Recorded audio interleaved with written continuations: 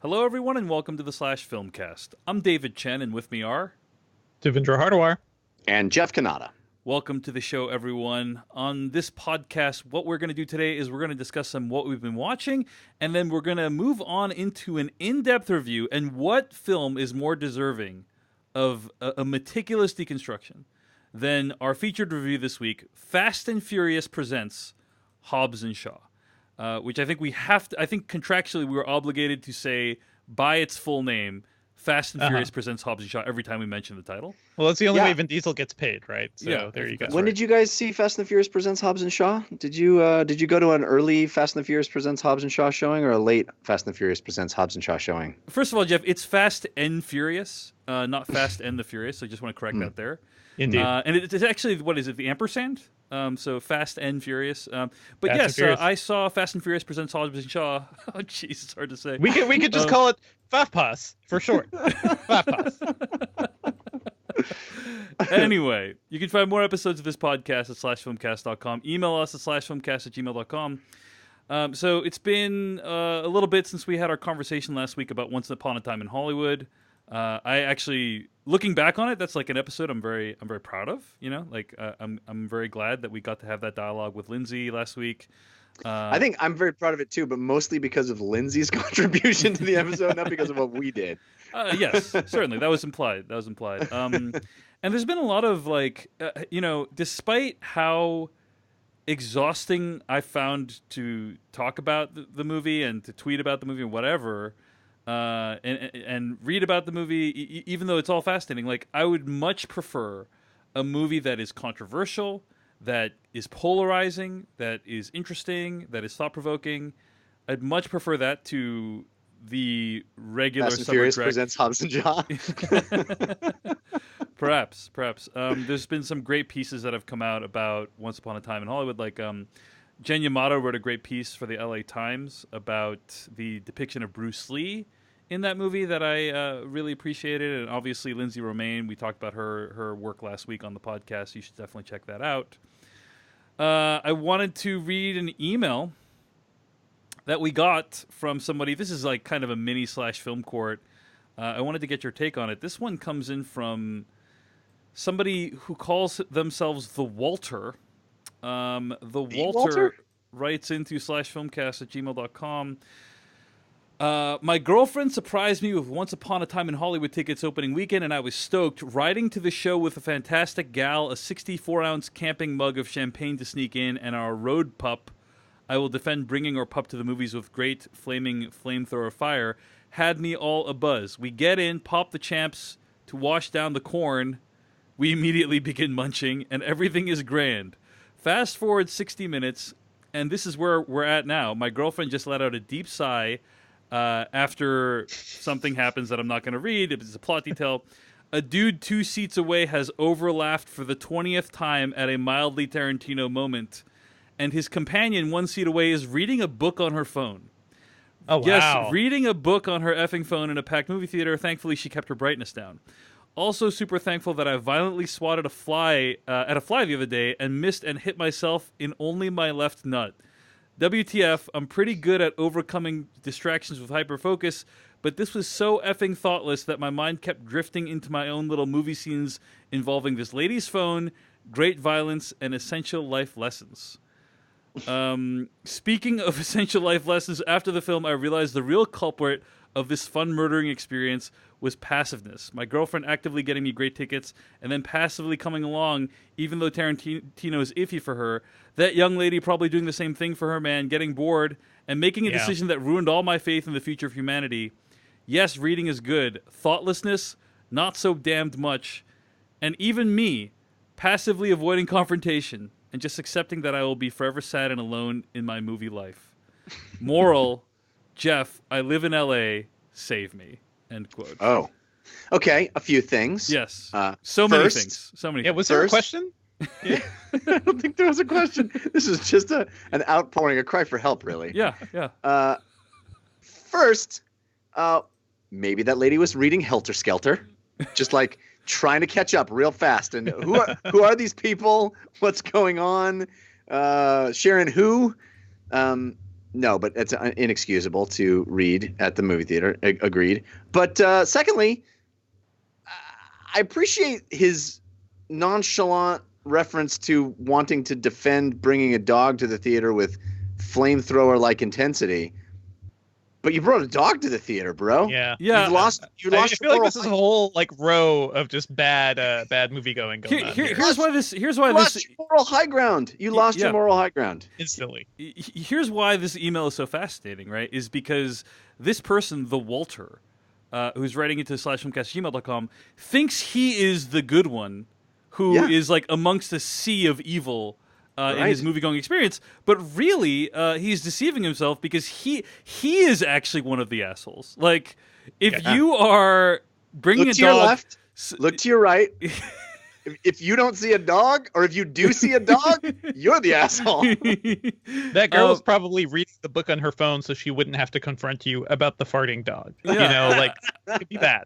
I mean, like, let's put it this way: unless it is a service animal, which is nowhere indicated in the email, right? Unless it is a service animal, which would be acceptable. You do not bring a dog to the movie theater. Plus, this guy bragging about smuggling in a 64-ounce camping mug of champagne into the theater, which, as we all know... who has never, who has not... Who among us has not smuggled in champagne and a dog into a movie theater? I mean, I've smuggled in alcohol into movies. I will not object to that. But the dog is indefensible. Jeff, I think it's more objectionable. I think it's more objectionable that it was a camping mug. I mean, that thing clangs. It clanks. You're gonna set that down on the hard floor of a movie theater. I'm gonna hear that. You're gonna knock that thing over. It's gonna roll and go kablung, kablung, kablung, kablung, kablung, all down. I know you. I know you. Your dog bringing camping mug using complainer. I know you. People talk about New York movie theaters as being this like lawless lands of indecency. This sounds horrific. Is this what going to the movies is like in LA, Jeff? Not in the places that I frequent, but I don't know if you guys know this. I live across the street from a movie theater. I think you've mentioned that. Now. Yeah. And I have never experienced in my beloved across the street movie theater. I've never experienced anything even remotely like this. I would get upset at far lesser offenses, but this, my friends, is a bridge too far. I agree. So anyway, moral of the story, the Walter, you're so busy policing other people's behavior, you forgot to police your own. Who watches The Watchmen? I think is the question you got to ask yourself. Yeah. Anyway, who Walters the Walter? Who Walters the Walter? /filmcast@gmail.com is where you can write in if you want to get your email read on the air and then attacked on the air as well. So, I mean, think as you type. Think about what you're writing, and will we make fun of it? That's how you second guess. Yeah. Let's talk about what we've been watching, gentlemen. There has been a lot of content in the world recently about the best movies of 2019 so far, right? And I've been reading these lists, and I've been trying to catch up with some of these movies, and it's been a challenge. I would say, you know how at the end of our top 10, of the year episodes, right? Every year, we do this all again. You know how every year we do a top 10 movies of the year? And we usually say something very generous about the year, like, man, this year's movies were great, and I had such a hard time coming up with this list this year. Not feeling that way so far about this year, guys. Not feeling that way about 2019 so far. Do you remember when we all guessed that our favorite movie of the year was going to be Once Upon a Time in Hollywood? I do remember that. Actually, Jeff, for many people, it is, in fact, their favorite movie of the year, but just not for the people on this podcast, weirdly. I don't think it's bad. I just don't think it'll be my favorite movie of the year. I certainly hope there will be better movies. It might be a little bad, but, I don't want to rehash it right now. But suffice to say, yeah, we all predicted that. We also predicted, Glass would be very good. I think the only call we made last year that really held up was that John Wick 3 would be awesome. And I think I for one, maybe you guys all agreed, I for one predicted that Endgame was going to hold up. Wow. Right. Wow. It's my favorite movie of the year so far. Shocking prediction that no one could have ever predicted. I went right out on a limb for you guys. You know what I mean? You really, as my my boss's boss likes to say sometimes, you really were out over your skis on that one, Jeff. Oh yeah, you really were out over your skis on that one. But anyway, okay, where was I going with this? There's been a lot of movies that have come out this year that I haven't seen that have actually made many critics' top 10 lists. Or top movies of the year list. One of them was called The Souvenir. This movie was ranked as like number 1 by several critics as one of the best movies of the year. So I'm going to be very vague about what the plot summary is.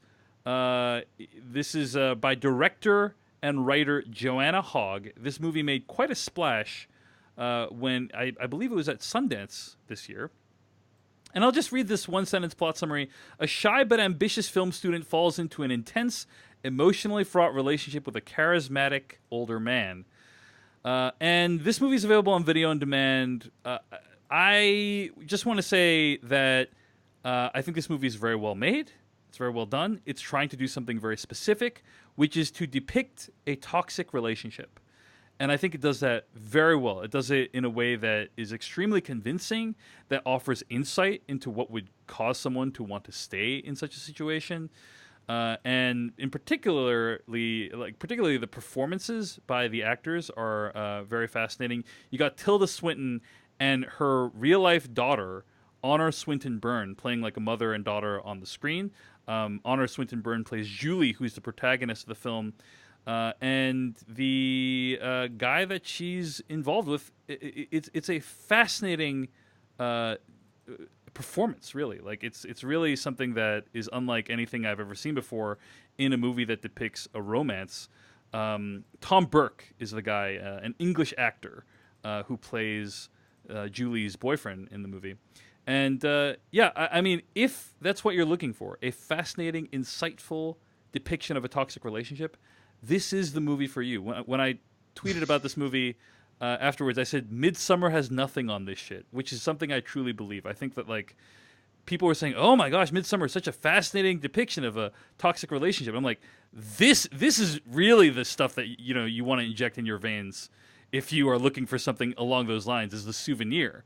Because it is so much more, in my opinion, realistic, so much more. I mean, obviously, Midsummer is not necessarily trying to be realistic, but it's like, I find it to be much more relatable, and I find the performances to be much more convincing, and I just find this depiction to be really excruciating to watch. So, if that's what you're looking for, I think The Souvenir is going to check those boxes for you. And if it's not, then you don't need to watch this movie. It's very easy to avoid. But I think it's well done, and that is The Souvenir. Have any of you heard anything about it? I'm just sitting here thinking about what it must be like to grow up with Tilda Swinton as your mom. Yeah. That's got to be an experience, huh? Yeah, I mean, she is one of our finest actors alive today, So seems like an intense person, Yeah. Agreed. I was rewatching Endgame, and she's in that for a few minutes, so that was a delight to see. Yeah, best movie of the year. According to Jeff Kanata, exactly.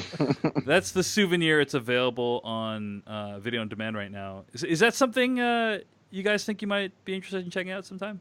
Nope. Eventually. Yeah. Jeff, yeah. Not really. Very little about that sounds compelling right now. Yeah. The whole way you describe it, mostly the way you describe it, makes me want to never watch it. Maybe I'm doing a bad job then. Maybe I'm doing a bad job of. I mean, yeah. Okay. Devindra, Blue Valentine, right? That was a good one, right? Kind of like that. Very good. Yeah. It's kind of like a period piece version of that, Yeah. And also a movie I will never watch again. So why would I want to watch something like that? You want to watch something that approximates it. That feeling you never wanted to repeat?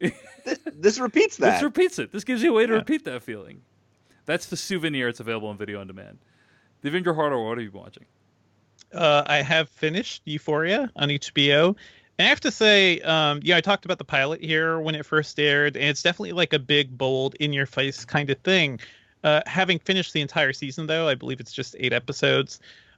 This show is fantastic. This show, to me, does what Succession did last summer, where it was this thing that came out of nowhere and just ended up being this kind of groundbreaking, really interesting, fascinating look at a world I don't know that is often explored in movies. So Euphoria is about an unnamed suburb in the U.S. And high school kids there who are just they're going through things. They're going through a lot, and it stars Zendaya as a girl who is she's dealing with drug issues. She's out of rehab. She's trying to piece her life back together, and just trying to find some semblance of normalcy in her life. This show, I think, just like Succession, really survives on its characters. Like, it does a lot of things. Like, it feels like a stereotypical high school thing at times, where you have the jock who is kind of the villain of the piece. You have the cheerleader. You have like the typical group. But I think every character is really well done and really interesting. You could tell like there's a lot going on in these characters. So I find that all really fascinating. And I think you guys should both watch this just because the filmmaking in the show is astounding. Like, this show is always on. It's always moving. Somebody wrote about how it's trying to approximate sort of like Martin Scorsese type energy in the way everything is shot. And it's really much that. It's sort of like, this is a show that's dealing with kids on drugs and dealing with very dramatic things. And the camera always moves like that in really inventive and cool ways. So I think it's a really good looking show. I believe Drake is one of the producers, and either because of him or their music supervisor, they always get some just great music within it too. So it has these great needle drops throughout. And mostly it's just like, I think it's a really fascinating look at high school life. What's really interesting is that it's it's on HBO. So this isn't like Riverdale. This is a show where people can swear openly. Like, there's a lot of nudity, and honestly, I think this show makes up for Game of Thrones' lack of full frontal male nudity, because there are a lot of dicks, so many dicks, and it's not afraid about that. Like, I think that's kind of interesting. There's one section, there's like one moment in the show where Zendaya just has like a dick pic tutorial, like just like, this is what makes a good dick pic, and like going through every aspect of that. And I found that kind of fascinating and interesting to see in a teen show where, and useful. I think even, yeah, well, kind of useful, but it's one of those things where it's like, this is for a lot of kids, like this is actually a normal thing. Like, it's not a weird, like sexual deviant thing. Like, this isn't like Wiener or something, right? This is like kids' lives, and it's kind of normal for them in a weird way. I'm sure not for every kid, but it's fascinating to see it handled in like a mature way, in like I don't know, informative way. It's not like shaming people for doing this too. It's going through a lot. I think it's a really fascinating show. I would love to see what you guys think if you ever end up checking it out. I will say, for anybody who wants to watch the show, go past the pilot, because I think the pilot really tries hard to wow you with the filmmaking and like with how far the show is going to like be kind of brutal and mean. But I think if you give it a couple episodes, like, there is a subtlety to it that I think is kind of fascinating. And this show is created by Sam Levinson, who did Assassination Nation.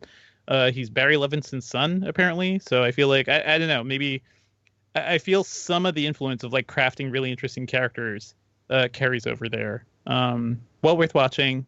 My favorite show of the summer so far. That's Euphoria season 1. It's available right now on HBO. That's what Devindra's been watching. Jeff Kanata, how about you? Well, I have been watching The Boys, which is the new show on Amazon. But I believe we'll be doing a full episode on The Boys. So I don't know how much I want to go into it. Obviously, the first episode of The Boys is directed by friend of the show, our friend, one of my best friends, Dan Trachtenberg. So, take my opinion with a grain of salt there. But really enjoying it so far. And I know that we're going to talk at length about that whole series based on a comic book by Garth Ennis that I own. Actually, after I watched a few episodes, I pulled out the comic and flipped through it to see if I remembered correctly what was correct and what was different. So, I think it'll be an interesting discussion when we delve into it, but it's certainly a show I am enjoying very much. All right, well, that's The Boys, and it's streaming right now on Amazon. Let's move on. But before we get to our review of Fast and Furious Presents Hobbs and Shaw, we got to thank all the people who donated to the podcast this week. This week, we want to thank Benjamin Phelps, who has a podcast called Twin Movies with Ben and Gabe. And apparently, what this this podcast covers is this phenomenon of twin movies. You guys know what I'm talking about? Like, it's when movies Dante's come out. Peak, Dante's Yeah. Inferno, and Yeah. what is the other one? Dante's Yeah. Peak and Volcano. Jeff. Get your volcano movies correct here. Deep Impact and that other one. Armageddon. Yeah. That one almost made me angry that you didn't know that one, Jeff. Dark City and The Matrix, Bugs Life and Ants, The Score and The Heist. That's what they cover on their podcast called Twin Movies. And Ben made a very generous donation. He also, I mean, this donation had everything. It had a plug for his own podcast, a very heartfelt kind of note about what he loves about the Slash Filmcast, plus a drawing of us. Did you guys see this drawing that he made? Yeah, that's good. It's pretty good. I guess my head is like very square shaped. Is really what my takeaway from this drawing is. Well, it's good you finally realized it. Thanks. It's been a long time coming, I guess, that you make that connection. But we'll tweet out the drawing from the Slash Filmcast Twitter account. So if you want to check out that drawing, go to twitter.com/Filmcast. But thanks to Ben for his very generous donation and for listening to the show. And of course, if you want to support what we do here on the podcast, you can always go to paypal.me/filmcast. That's paypal.me/filmcast. Or go to slashfilm.com, click on the /filmcast tab, use the PayPal links on the side of the page. Of course, we never want you to donate if it in any way causes you hardship. If you want to support us without contributing any money whatsoever, there's many ways to do that. The best way is just to leave a review for us on Apple Podcasts or wherever your fine podcasts are downloaded. So all that said, gentlemen, let's get to our review of Fast and Furious Presents Hobbs and Shaw. Jesus, what a freaking mouthful that is. the picture of me looks like I am on something.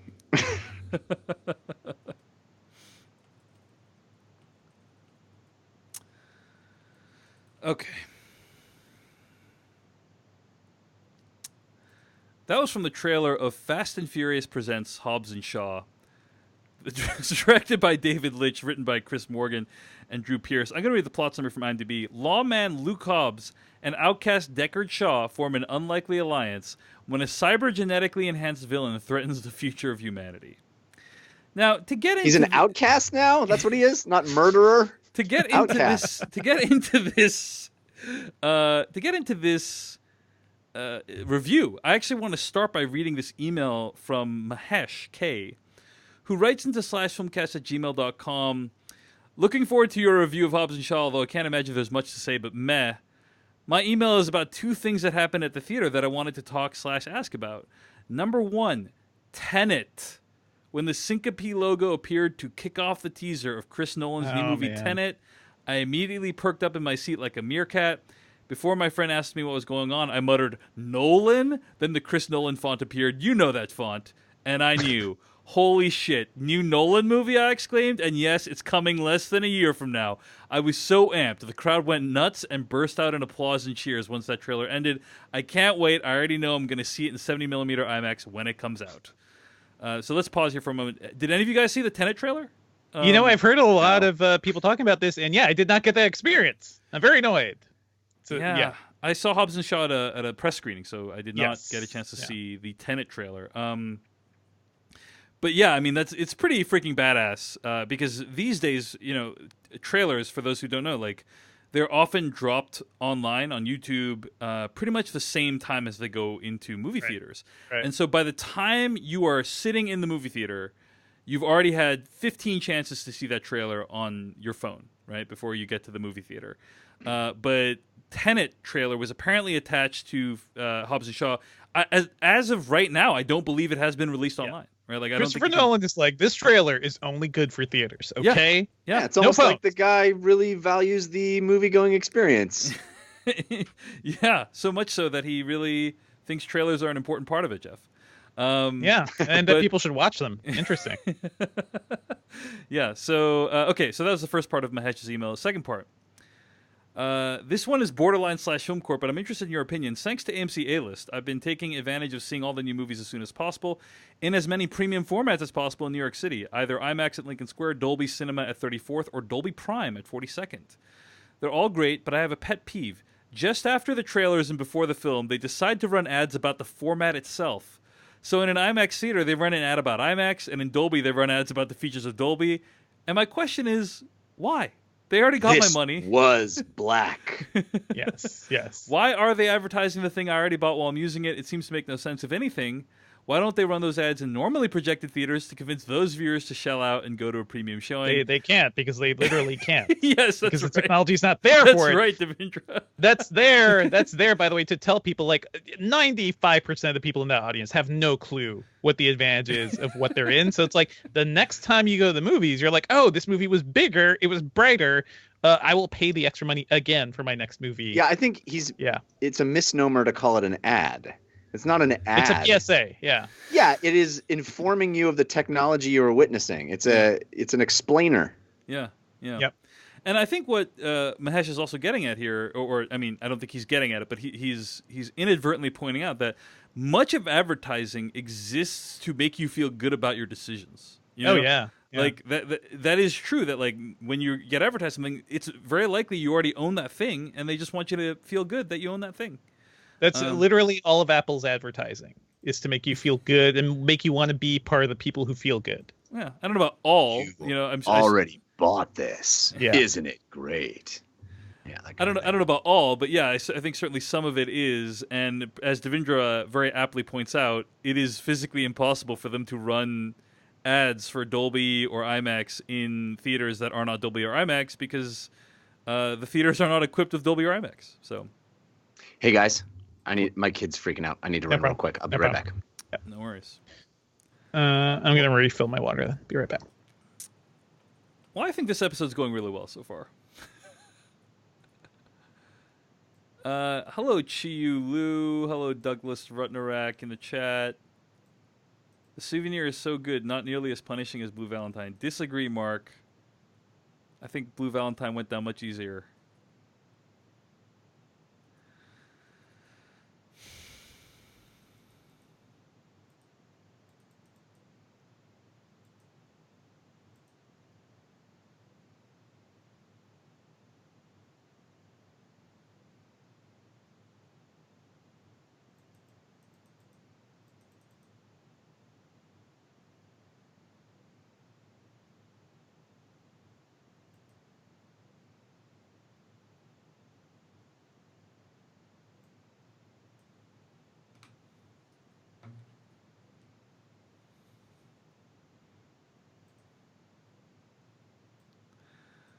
I'm looking forward to donation meetup chat. Looking forward to hearing your guys' thoughts on The Boys.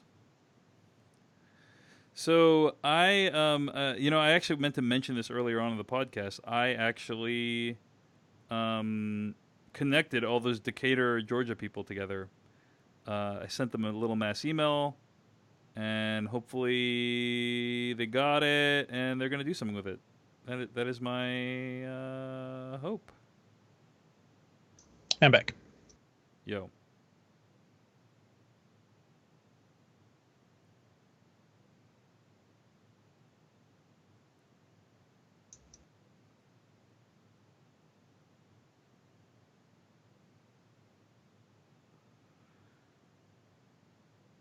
Jeff is not back yet.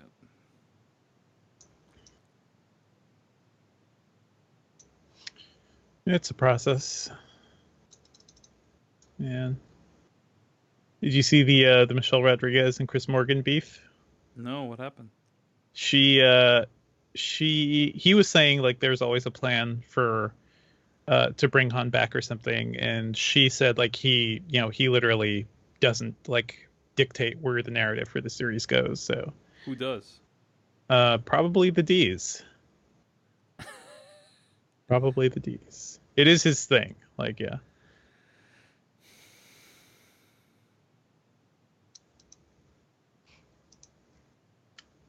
I want to get into the Justice for Han, but let's wait for spoilers, I think.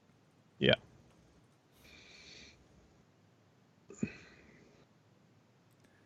Michelle Rodriguez slams longtime Fast and Furious producer over Justice for Han comments.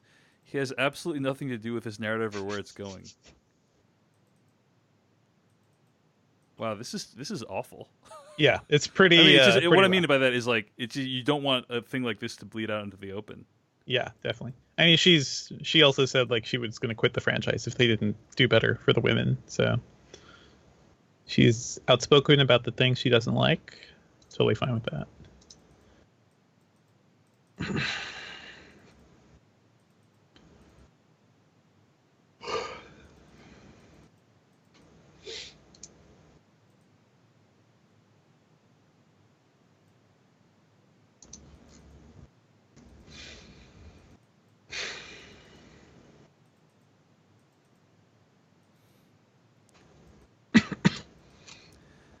All right, well, guys, it looks like it might be a while before Jeff gets back. So, any other questions? Okay, Mark in the chat room says, "Watch any of those new Criterions, Dave." I am So I actually just picked up 2 new Criterions on top of the ones I already Really, bought. really. I got Doctor Strangelove, and I also got Clute, the Donald Sutherland movie. Oh yeah, and it's fantastic. that I'm definitely gonna watch soon. So Clute is so good. Yeah. So planning to watch that. And then I was thinking, I was going to listen to Devindra, Tampopo. Yeah. It's a mad, mad, mad world. I want to check that one out as well.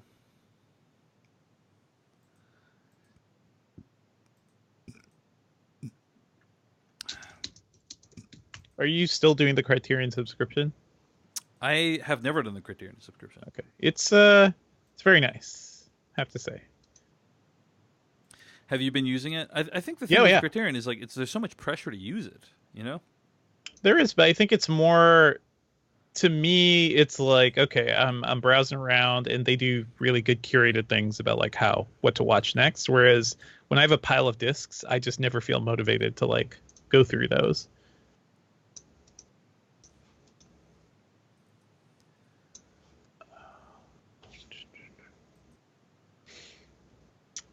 I really want to know when they're going to start doing 4K, but I guess not.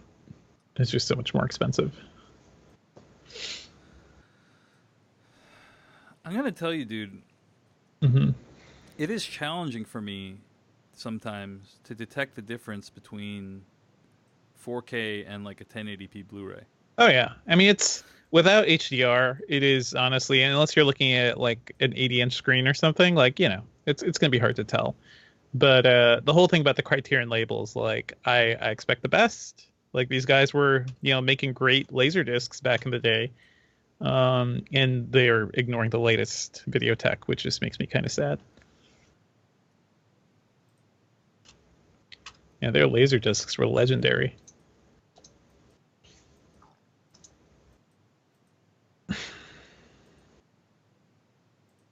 Sorry about that, guys. It's okay. You ready? That hasn't happened in a long time. He No worries. freaked out because I wasn't around. Yeah. My mom, he was hysterical, that heavy cry. Man, that's the worst. It's probably a nightmare or something. Well, mom's just out happens of town. randomly. Yeah. Mom's out of town, and then I'm not here, and he just wanted me. So sorry about that. Okay. I mean, Jeff, that is how I get when you're not around as well. So it's not... This is what Devindra had to deal with just a second ago. Yeah, it was you didn't hear. hyperventilating. I literally just stopped a second before you got back. So, all right, here we go. Let me try to get back in the zone here. Yeah, sorry. All right, folks. Well, gentlemen, Fast and Furious, or Fast and the Furious, or The Fast and the Furious, one of the most improbable cinematic universes that has ever been developed, I think. I think certainly after 3 entries that were not universally regarded as good, it is pretty remarkable that not only has the Fast and the Furious franchise survived until this point, it's one of the most successful film franchises on the planet, and it has spin-offs now. Hobbs and Shaw. Isn't it interesting how everybody tried to do what Marvel did, and the only people that have managed to make that work is Fast and the Furious? You know what I mean? Because they had this improbable, long history of doing this. It's like if the Blade movies just kept being made, and bigger and bigger. Yeah, sort of. Well, I think the lesson is that a lot of these franchises or whatever production entities tried to impose it on a property. Yes. Yeah. And in both cases, in Marvel and here in Fast and Furious, it happened organically. It however improbably, it built up over time and just became a thing that it wasn't planned ahead of time. It wasn't forced. It wasn't forced. It grew based on actual popularity, and I think that's important. Yeah, and shout out to Justin Lin for basically resurrecting this franchise. Yeah, and leading all this. Because he made Justin films 3, 4, and 5, I believe, right? Yes. Am I right about that? And 6. Maybe he didn't do 4 then. Wait, am I? No, he did. He did 3, 4, 5, and 6. Yeah. Okay. Wow, that's a lot. It's a Come lot on, of Fast Dave. and Furious. David Chen. Yeah. You are. I thought you were my bro. I thought you're right. I also family? thought I was a Fast and Furious scholar. You thought he was family? Is that what you're gonna say? Yeah. So I don't know. I think it's kind of like, hey, you'll find your soulmate when you're not really looking. You'll build a cinematic universe when you're not really trying. Yeah. And that's what happened with Fast and the Furious. And actually, even like you notice, like the DC movies, right? When they were really, really trying hard at it with movies like Man of Steel and Justice League and Batman v Superman, it wasn't working out super well for them. Like those movies were not very good. But then they have released, at this point, 3 genuine hits in a row. They got Aquaman, they and were Wonder like, Woman. fuck it. Yeah, and Stop like trying. Stop trying. those movies have very minimal universe building elements in them, and I think that is to their strength. And I think they're probably going to continue that trend with the next Wonder Woman as well. So. I think when you don't try, that's when you succeed the most. But let's get to this movie, Fast and Furious Presents Hobbs and Shaw. I mean, I don't know what your expectations were, Devindra, but mine were not super high. I think this movie really understands what it is. When Idris Elba walks into the scene in the opening of this film, and people point their guns at him and ask, "Who's this? Who are you?" and he says, "Bad guy." Which is just shorthand for who he is, winking and nodding at the audience, but also it's kind of the movie's way of indicating, hey, we know we're all just here to have fun. We're all just here to watch an action movie. And given that, Devindra, how well do you think this movie succeeded? I mean, listen, I have standards for the Fast and Furious movies, and maybe they're unacceptable. Maybe this is not what the general public are looking for from an action movie. I wanted to love this movie. I feel like on paper, everything about it is something I'd really enjoy. Like, Dwayne Johnson and Jason Statham teaming up in the Fast and Furious universe, directed by David Leitch, and Idris Elba is the bad guy. And like, oh man, there's so many things in here. What is it? Vanessa Kirby. I want to love all this. And I think the moment I knew I didn't really like this movie is that first scene, where the bad guy line, that was actually in the trailer. The moment I knew I didn't like the movie was when it started. When it started, pretty much. Because it's one of those things where I'm fine with like movies being tongue in cheek. Like if that's the vibe of the movie, totally, it can be good. Like I think you could play with that. I think movies like Blade 2, things I love very well, can be that. I think this movie is just really trying to be tongue in cheek. And there are, like, I don't feel like there are any stakes. I don't feel like anybody, like, The Rock is a Superman. Idris Elba calls himself Black Superman. Jason Statham is angry British Superman. Like, it's all, this franchise has really gone off the rails many times. But I can accept it in certain ways. Like, I can accept cars flying through skyscrapers. I can accept the Fast and Furious gang facing off against a tank and dragging it safe down the street, because these are basically like regular people thrown into a crazy situation, and they've always reacted to it like that.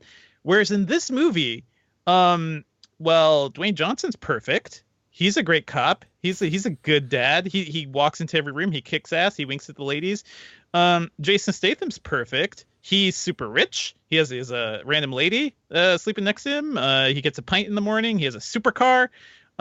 Nobody is ever in danger. Nobody ever really gets hurt. This movie does the what was that movie? The Will Ferrell movie where there were cops. The Other Guys? The Other Guys. This movie does the Other Guys thing where The Rock it's The Rock too, right? The Rock and Samuel L. Jackson are like aim for the bushes, jumping off a ceiling or jumping off a rooftop, and they die because that's what you do in an action movie, except you'd actually die. This movie does that for reals. and it looks terrible. I think there's some great set pieces in here. Like there's a motorcycle chase. It's really inventive. I don't think David Leitch could make a bad looking action movie. He like everything's well shot. It's just I feel like there are no stakes. I didn't feel like I cared about anything that really happened here.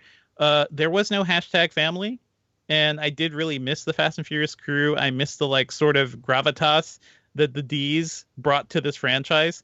And I guess I missed actual stakes. And also, why the hell is this movie 2 hours and 17 minutes long? I don't know. I don't know what's going on here. So here's the thing. Like, it's a perfectly enjoyable action movie, I think, to most people. To me, as somebody who loves Fast and Furious, and when I see the title Fast and Furious Presents Hobbs and Shaw, I'd actually like to, think it was Fast and Furious presenting it, and this doesn't feel like that. You were talking about the beginning of this film, Devindra, and the movie opens with a cover of the song Time in a Bottle, which people who love movies might remember from the X-Men movies, the X-Men Days of Future Past. That's the Quicksilver scene, right? And I love that song, and I think the cover is fine. It's interesting. But I could not really figure out why they use that song at the beginning of the movie. And when I was talking it over with my wife afterwards, she did a really great job of trying to like explain why it might be. Which is like, that song is about like, if I could save time in a bottle, the first thing that I'd like to do is to save every day till eternity passes away, just to spend them with you. So it's like, maybe it's about all this time that Jason Statham's sister, Vanessa Kirby, didn't have together, and like the fact that she's now in MI6 by herself is really a comment on their lost childhood. Even though, by the way, in real life, Jason Statham is 20 years older than Vanessa Kirby. Yeah, how'd they grow up together? I don't know how that works. By the way, my issue with that first scene isn't just like the way Idris Elba introduces himself. Like, that being tongue-in-cheek is totally fine. It's the fact that this is like a group of MI6 agents going in to do like some sort of secret mission, and dude just kind of like revs up. Like, does he ride his motorcycle like up behind him, or he just like walks behind them? And it's a very long thing. Like, nobody's reacting to anything. It's one of those action movie things where all of a sudden bad guys behind them. It just felt really cheesy. Well, Devindra, you're forgetting the fact that his motorcycle is mind controlled, powered. Oh, yeah. Are we doing spoilers for this? Are we doing spoilers? Not yet. Okay. No, not yet. Right. You cannot spoil the ending of Fast and Furious Presents Hobbs and Shaw, Jeff. Yeah. Like, you need to sit tight. Yeah. All right, Jeff. Actually, before I go to Jeff, I do just want to say one thing, which is that I think that per what you said, Devindra, David Leitch does a great job of shooting the action in this movie. That he and Chad Stahelski directed John Wick Chapter 1, and ever since John Wick Chapter 1, you've gotten like movies that they directed that movie together, but then you have the John Wick Chapter 2 and 3, and this like movie, a friendly rivalry between them. Now. The stunt work is all generally very strong, and the camera kind of often shoots in wide. It often shoots longer continuous takes so that you can see that like these people are actually getting hit. You can appreciate the craftsmanship that goes into it. And so I think from an action perspective, it's very strong. I echo your feelings that the movie is way too long. Jeff Kanata, what did you think of Fast and Furious Presents Hobbs and Shaw? Well, Dave, I guess you could say my feelings about Fast and Furious Presents Hobbs and Shaw are best summed up in the form of a limerick. Although the title, to get to the limerick. The title alone doesn't fit in a limerick, so there's that. Too difficult. Okay, here we go. When a self-serious British bloke and a charming Samoan who's yoked combine to punch things, it's a bit surprising that the action's not as good as the jokes. Oh. What does yoked mean? Muscle bound. Yeah. You've never heard the term yoked? No. Really? Is that like a West Coast Have you seen thing? us, Jeff? Yeah. Have you seen us? Have you seen us in real life? Yeah, yoked is a slang term for muscle bound. Huh. Anyhow, I think this is actually a pretty fun comedy, but a overlong, bloated, goofy action movie that I don't know. You just went on a whole long diatribe about how much you enjoyed the action. I didn't really think the action was very good. I kind of agree with you, Jeff. I think there's some standout set pieces, but there's a lot of CG. There's a lot of like stuff that doesn't feel even as realistic as just seeing the cars in the normal Fast and Furious movies.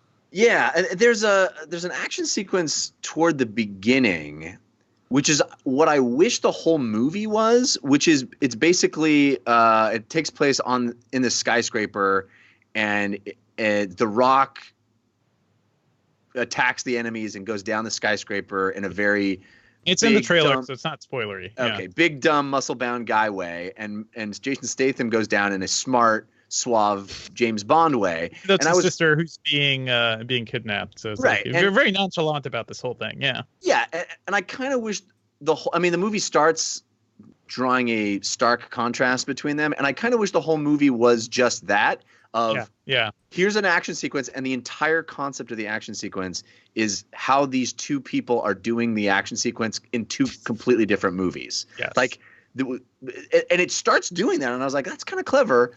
I mean, I think that action sequence is actually pretty stupid, but I think because, The Rock is just like, I'm going to free fall out of this window for no reason. But meanwhile, Idris Elba's character is just running down the side of the building, which I think that's legit cool. You could do something like that, but yeah, the follow-up is... Yeah, but the idea of the concept of that, which I wish was the entire concept of this movie. I mean, the movie starts after that Idris Elba scene, which you guys have mentioned. It starts proper with our main characters in straight up split screen where we're seeing these contrasting lives, right? Yeah.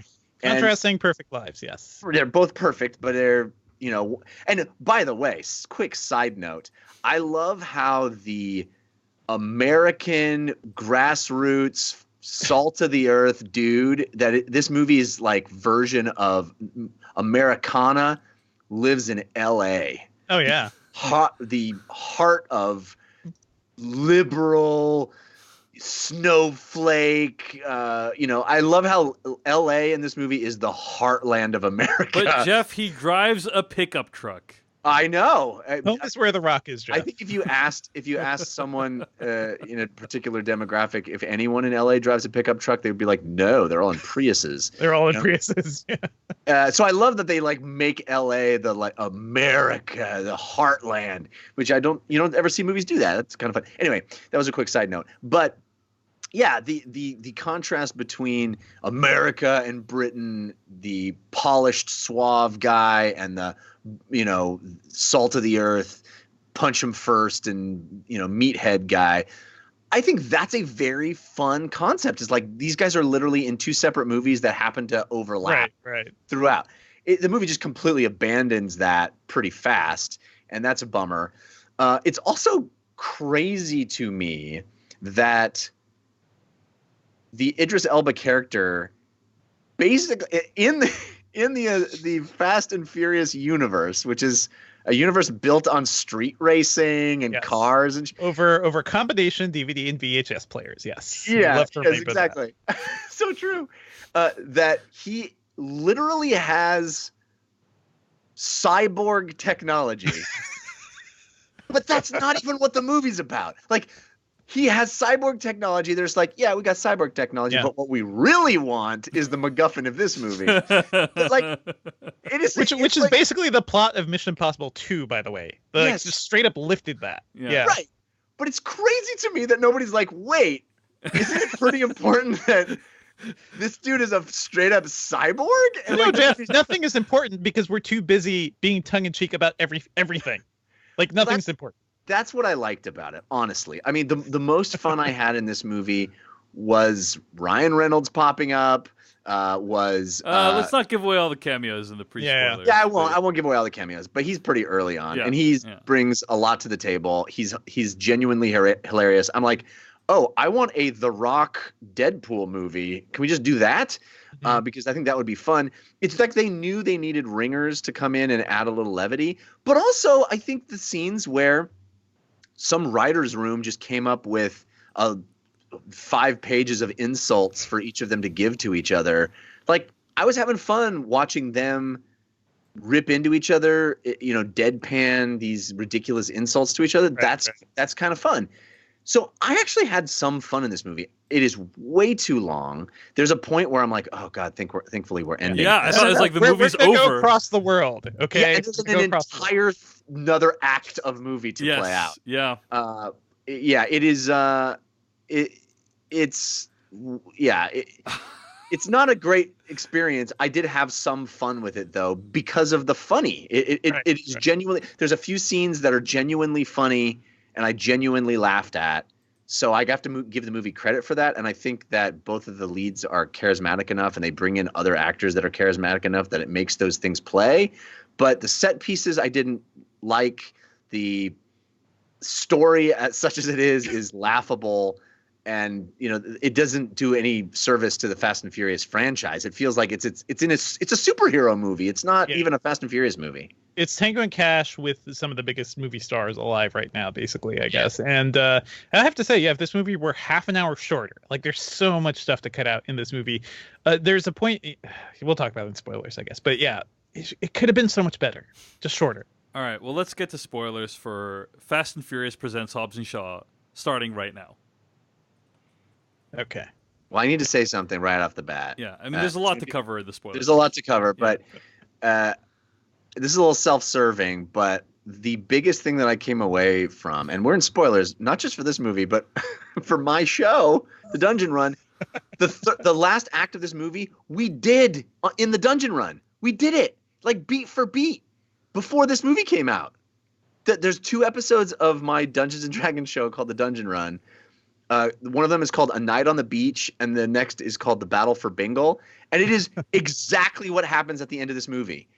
It is an island that the bad guys are coming to, that the heroes have to defend. They set up a perimeter of fire around the edge. They have to use the indigenous people and the indigenous weapons to prepare to get ready. And then they stand there as the sun sets, and they go, okay, they're coming for it. It is like beat for beat what we did in the Dungeon Run. It was a surreal experience for me watching this. Oh, wow. Like, I just made all this up.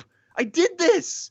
You're like the lady who wrote that the like Matrix short story in the 80s and was like, they made my thing. Yeah. Well, Jeff, you know what? They actually have a phenomenon for what you just described. It's called the twin movie. Callback right there. There you go. Anyway, okay. So much to discuss. First, there's been a lot of controversy, a lot of news around Fast and Furious Presents Hobbs and Shaw. Okay.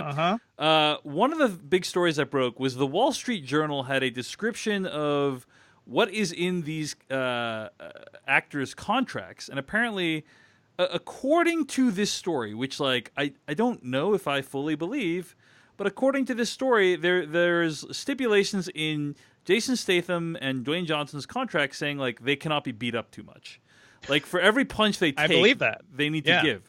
And, per what Devendra said, it is true that in this movie they don't get beat up very much, right? Like that's also my contract for the Slash Filmcast.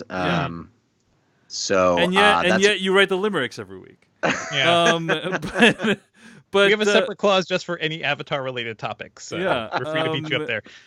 But yeah, so the thing is, I don't necessarily, because here's the thing is they have shown themselves very willing to make fun of their own tough guy personas in the past. Yeah. Many people have pointed out Jason Statham's like performance in Spy, which is very funny. And so if they are so like tongue in cheek and they're so willing to make fun of each other or themselves, why would they then have these contracts that say like they can't get beat up too much? It feels incongruous. I don't feel like we have the full story there. Right. But who knows? I wouldn't point to that as being like part of the failure of this movie. Like to me, it's more like, remember when we talked about Skyscraper, guys? And like, it's kind of my thing. Like, how many times has The Rock like just beat everybody up to save his family while being the perfect American Boy Scout and while being this like paragon of nobility and everything? Like he's a perfect human being. I understand the appeal of that. I understand the appeal of those types of Rock movies. But it was funny to me, even when we reviewed The Meg, which stars Jason Statham, who is a little more willing to be the lovable rogue and the guy who like can, screw up and like have issues. Like just looking at those two movies separately really brought that aspect together to me. And just seeing this movie is sort of like, well, okay. Now, once again, The Rock is perfect being the perfect guy. It's so interesting, I guess. Another piece of controversy that arose was around Justice for Han. Now, friend of the show, Matt Singer, I think wrote a great piece about this at ScreenCrush.com. And the piece was entitled, let's see. No, I thought I had it right at the top of my thing here, but I didn't. Jen Yamato's done some good stuff too. Hold on. Sorry, guys. Damn it. I freaking had it, guys. Hold on. I don't think you had it, bro. I didn't have it. I didn't have it. Slipped right through your hand. Yeah. Okay, hold on. Okay, yeah. Got it. I got it. Okay. Let me make a timestamp of this. Another thing that came up about this movie was this piece that Matt Singer wrote. I think really helped to crystallize this, and there's been other controversy around this too, which is the character of Shaw. And Matt Singer wrote this piece for Screen Crush called "Why Is Shaw a Good Guy Now? Even the Fast and Furious movies don't seem to know." And essentially, in this article, and we'll link to it in the show notes, he lays out this the evolution of Shaw's character over time, where he was introduced as the guy who murdered Han, and then at the beginning of, I think it was Furious 7, murders a whole hospital full of people just to hang out with his brother, and then just keeps on murdering folks. But then all of a sudden he becomes a good guy at some point, and now we're supposed to root for him. And that is a very jarring and incongruous thing to do. Many people, of course, were hoping that there would be #Justice for Han in this movie, and that Shaw would eventually answer for his crimes. In fact, Chris Morgan, screenwriter of this movie, said in an interview to Entertainment Weekly, quote, "I love Justice for Han. Sung Kang, who plays Han, is a great friend, and Han is a character I adore. I would say that the super arc for Deckard Shaw is going to be one of the most interesting, cool, rewarding character arcs of the franchise. Justice for Han is owed. It's something we have discussed for a very long time and want to give the right due to. I think the audience will be satisfied and should know it's coming. There's a line in Hobbs and Shaw that is right before the battle in Samoa where Shaw says to his sister, 'There's things I've done that I have to make amends for.' That line was specifically written and put in there just to let everyone know that he is talking about Han. It is on his mind. It tortures him, and he's going to get to it." End quote. It tortures him in his fancy ass apartment while driving his supercar. He is tortured. Torture as the subtext for literally every scene he's in. Yeah, Jeff, did you feel like that Shaw was really torn up about Han and killing Han in the Fast and Furious Tokyo Drift?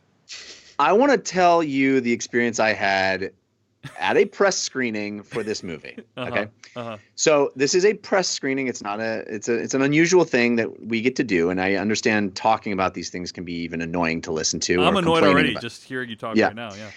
Yeah, but this is the assembled press who's going to cover this movie. It's happening before the movie comes out. Somebody walks out before the movie starts at the front of the theater and says, "Hey, everybody, thanks for coming.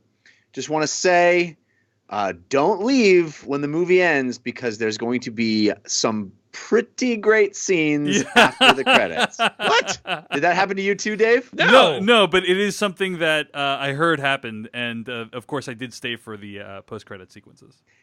So, of course, this movie makes a big deal about who is the mysterious puppet master pulling the strings, which, of course, I'm thinking ties into Han. It must. How could it not? And, of course, I'm thinking because this PR person made such a big deal about sticking around to the very end of the credits to see some pretty great ending scenes, I'm like, well, this is clearly what's going to happen. We're going to get this big, Samuel Jackson walking out at the end of Iron Man type moment where it's all going to lay out the groundwork for what's coming next in the Fast and the Furious franchise. So after this very long movie, I'm sitting glued to my seat for these very long end credits. And what happens is we get a couple of jokey jokes. We get a couple of throwaway jokey jokes. In the end credits, and there was one after the Ryan Reynolds thing because I didn't stick around. Yes, there's another one after the Ryan Reynolds thing that is absolutely pointless. Yep. And I'm glad I ran to the bathroom instead. Yeah. Yes, and first, the idea that somebody would be like, "You're gonna want to stick around," is after ridiculous. this 2-hour and 15-minute movie. Just hold your bladders. Just keep it tight. Two more one-liners you're not gonna want to miss. To the film's credit, the Ryan Reynolds stuff does have a reference to the end of Game of Thrones, which means that they would have had to shoot it. They would have had to shoot it in the last 2 months, which is actually mildly impressive that they did that. I think all of the Ryan Reynolds stuff was thrown in at the very end. He never interacts with. He's only ever isolated from the rest of the movie. Yep. So yes, I think it's very possible all the Ryan Reynolds stuff was reshoots. They literally called in a ringer to make the movie more fun, and it worked because every scene he's in is the most fun of the movie.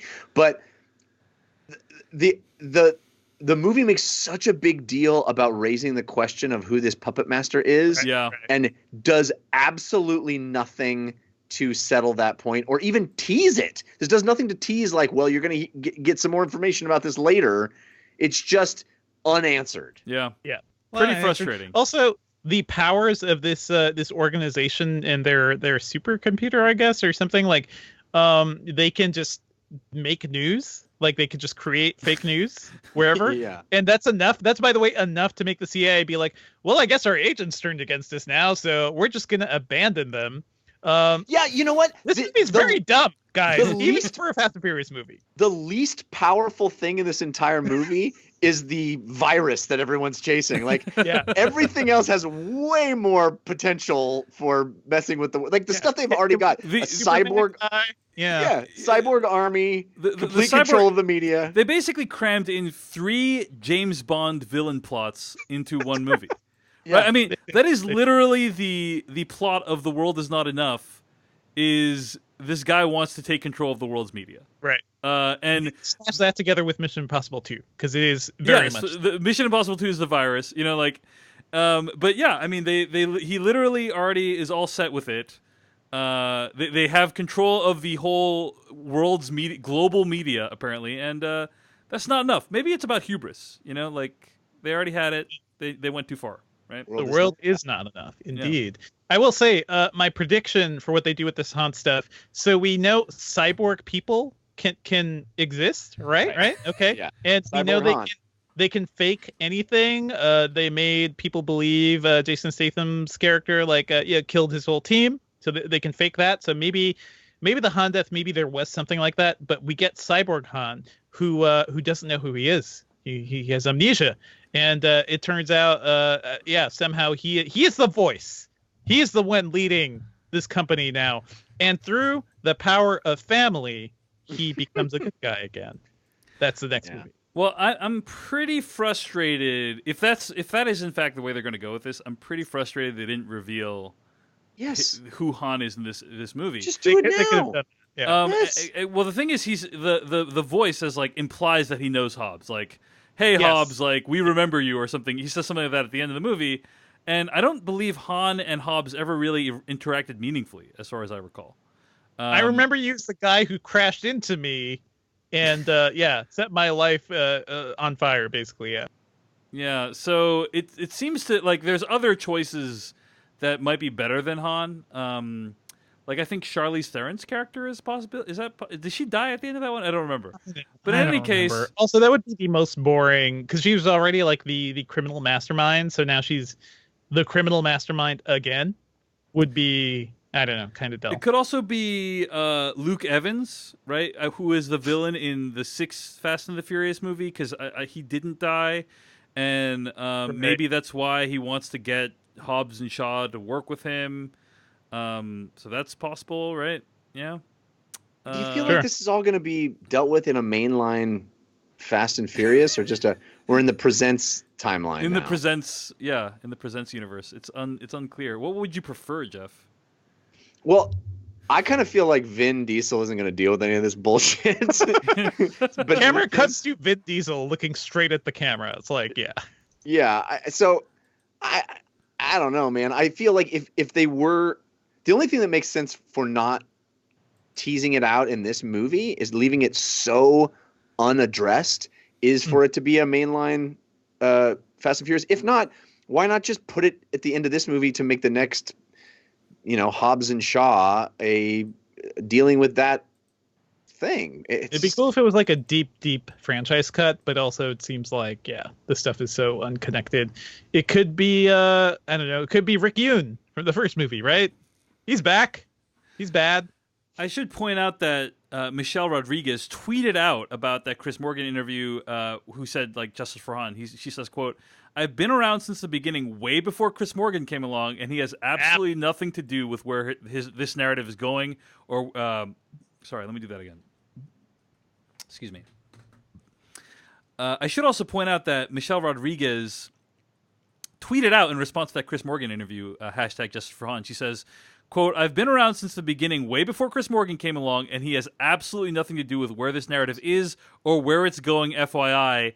And then she kind of puts the side eye, dynamite, the side eye emoticon, or emoji, I should say. And she tweeted that yesterday night and has left that tweet up. So she clearly gives no business. That is hardcore. Yeah, that's it's hardcore. Straight up.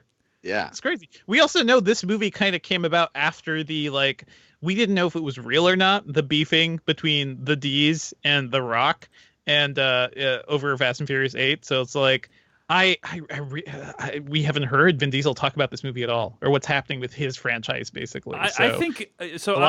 My speculation is that it is real, because if you go back and watch Fate of the Furious, you'll see that many of the scenes, or let's put it this way, there are almost no scenes with The Rock and Vin Diesel in the same shot together. Mm-hmm. And like, there's literally a scene where like one of them's chasing the other one down, and like he literally gets there seconds after the other guy gets away. So you essentially only see the back of one of their heads when you see the front of the other guy's head. It's great. I kind of live for this drama. I love it when this stuff happens. I don't know if you guys know about this, but just like random aside, this happened in like The Good Wife in the final season, where the main character, Juliana Margulies' character, would refuse to be on screen together with another co-star, and that beef like just existed throughout the entire season. It's so weird. It's so strange, and how that dynamic can basically craft shape plot threads moving forward too, right? Yeah, well, or in this case, spawn entire movies, right? This has been Diesel's worst nightmare, right? Because I love the guy. He maybe didn't have the blockbuster career he wanted, but I'm so happy that this franchise like turned into a thing, and it's such a huge phenomenon. But it is kind of all he has, right? And if I were Vin Diesel, I would certainly have the fear of the bigger, younger, more box office worthy guy coming in and taking my franchise, and that's basically what's happening. Well, it is the lowest opening Fast and Furious movie by quite a bit. Actually, that's not true of recent years, right? And actually, Tyrese has clearly taken sides in the feud between Vin Diesel and The Rock. He had a message that he posted on social media, on Instagram, that he's since deleted. So first of all, Hobbs and Shaw had the lowest Fast and Furious box office opening since Tokyo Drift. So it's not like the lowest ever, but it's clearly nowhere near the openings of Furious 7 or Fate of the Furious. And right. Tyrese Gibson said, "I have to show my respects for one thing. He tried. Folks called me a hater and attacked me for speaking out. Breaking up the family clearly doesn't have the value that one would assume it does," end quote. So, dude, these people like publicly just throwing shade, man. Yeah, it's rough. He's Tyrese is OG family from the second movie, right? Yeah. Like, and there are all these like factions, man. Yeah, it's complicated. This is like its own Game of Thrones going on right now. So, in any case, I think we've covered most of the major topics. Let's talk about how dumb this movie is. Let me just say, at the end of this movie, when they have like Vanessa Kirby's character is like, I have 18 hours left to live.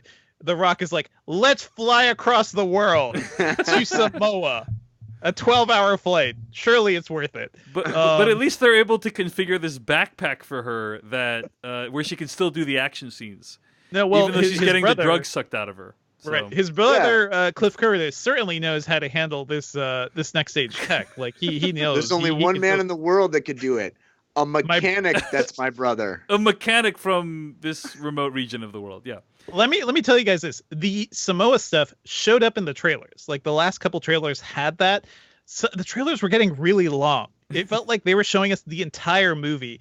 And when they got to the point where they're just picking up like the native weapons to fight these guys with guns, it seemed really dumb in the trailer. I don't think it's any better in the movie. What did you guys think about that whole last sequence? I do want to give a shout out to Mario Rivera, who is one of the OG Slash Filmcast listeners. He actually cut together a video. I don't know if you guys saw. I tweeted this. Jeff, you might have been tagged in this, but basically, he cut together a video using all the trailers from Fast and Furious, like Fast and Furious Presents Hobbs and Shaw Presents, that essentially tells the entire story of the film using just the trailers. Yes, you can't. Those trailers were like 3 minutes long. Yeah, so you can basically, like, if you don't want to pay money to watch Hobbs and Shaw, just watch this video. It cuts together all the you basically get the whole story of the movie just from watching this video. So I will link to that in the show notes, but want to give him a shout out. As for that final last scene, I mean, yeah, Devindra, at the end of the scene where the whole freaking like smokestack collapses and they're at the factory, whatever. I'm like, oh, well, the movie's done, right? Yeah. It's over. Nope. Well, they had to. The very final thing is like, well, don't forget this is a Fast and Furious movie, right? So we got to get some cars going. We got to start a convoy, right? A convoy to drag down this helicopter. That works. Dude, that sequence started with what would be crazy is if a helicopter had a string of cars attached to it. And then let's work backwards from that to try to. Yes. And also, it's The Rock. The Rock has to be the one holding the helicopter down because this is his Captain America moment. He pulled the Captain America, yeah. But guys, my favorite thing about that scene is how the cars link to each other, and then when they no longer want to be linked, they just aren't. Just aren't. You hit the button. But that you guys are talking about the scene that precedes the scene in which Hobbs and Shaw realize that two people punching a guy is better than one person punching a guy. His software can't handle it. Yeah, that's their big realization. It's like if we punch together, it's like we're family. Yeah. My favorite thing too is the progression of we start the fight at night. In the fight, or in the fight, it becomes day. In the same fight, a torrential downpour begins. Like it's a whole world of events that happen in one action. Sequence. those remote islands have like these microclimates, Jeff. So I don't think that's too true. And also totally accurate. Micro night cycles. I just want to say, bring it back to the car thing. At least we got the return of Nas. Nas is back and in the action scenes. Indeed. Yeah. So.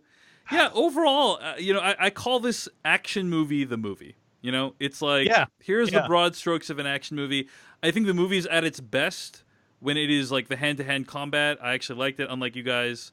I thought the stuff with the remote control, like the mind control motorcycle, was kind of fun. Like when Idris Elba goes underneath the truck. The second great motorcycle chase of the year, so that's good. What, after John Wick? Was that the? No, that's also good, but Incredibles 2. Oh yeah, Incredibles 2. Yeah. But actually, was Incredibles 2 this year? Wasn't that last year? That was last year, dude. Yeah. I actually thought that was an homage to the first Fast and the Furious when he goes under the truck, the semi, as it were. So appreciated that.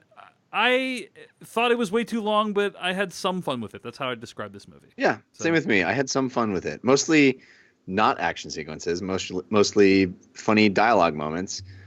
But Kevin Hart was good. Kevin Hart was good in the movie. So I enjoyed it. Okay. Well, it sounds like we all thought it could have been better, and we're all pretty frustrated that they didn't reveal who was behind the voice, because I'm going to admit, if it was Han, I would have freaking lost my mind in the theater. I would have been like so excited that this movie went to complete batshit zone. I was convinced it was I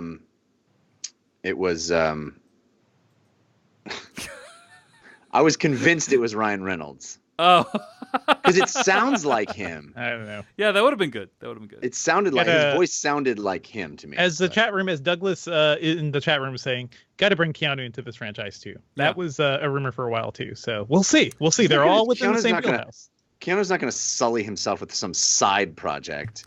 It has to be mainline Fast and Furious. You know what I'm talking about? Lu has a good thing in the chat where he says, given the low openings of Rampage, Skyscraper, and now Hobbs and Shaw, is The Rock actually not the big movie star everyone thinks he is? I would say, yeah, The Rock's... Yeah. The Rock is best when he is part of a very well-regarded franchise. I would say... not quite cooking. It's like a light simmer. Basically, yeah, I would say he has had difficulty opening a movie on just the strength of him alone. But you stick him in a franchise like Fast and the Furious or Jumanji, right? He picked bad movies. He picked bad movies, and like, and also he's like playing relatively uninteresting characters in them. It's the same. He keeps picking the same movie. Yeah. By the way, like that's the thing. Yeah. All right. Well, anyway, that's our review of Fast and Furious Presents Hobbs and Shaw. You can find more episodes of this podcast at /filmcast.com. Email us at /filmcast@gmail.com. This episode was edited by Beatty Zhang. Stay tuned. Oh, I should also mention that the theme song for this podcast can be found at adamwarrock.com. And our spoiler bumper comes from filmmaker Kyle Hillinger. Stay tuned to hear what's happening next week on the podcast. In the meantime, Devendra Hardor, where can you find more of your work on the internet? Oh, you can find me on Twitter at sorry, I am coughing. You can find me on Twitter at Devendra, and I write about tech at Engadget.com. I'm also doing a tech show at nomortech.net. That's now with a K. How about you, Jeff? You can find me on Twitter at Jeff Kanata, which is spelled with 2 N's and 1 T. If you want to see how I did the end of Hobbs and Shaw in my D&D campaign, you can watch The Dungeon Run on YouTube if you search for The Dungeon Run. Or as an audio podcast, it's fun to listen to like an audiobook as well. Or you can watch it live Wednesday nights at 6 p.m. Pacific time at caffeine.tv/The Dungeon Run. I also do a video game podcast called DLC that you can find at 5by5.tv/DLC. Devendra and Jeff referred to Succession, the HBO original series that's coming back this Sunday. I am actually launching a new podcast called The Sweet Smell of Succession. It's about Succession.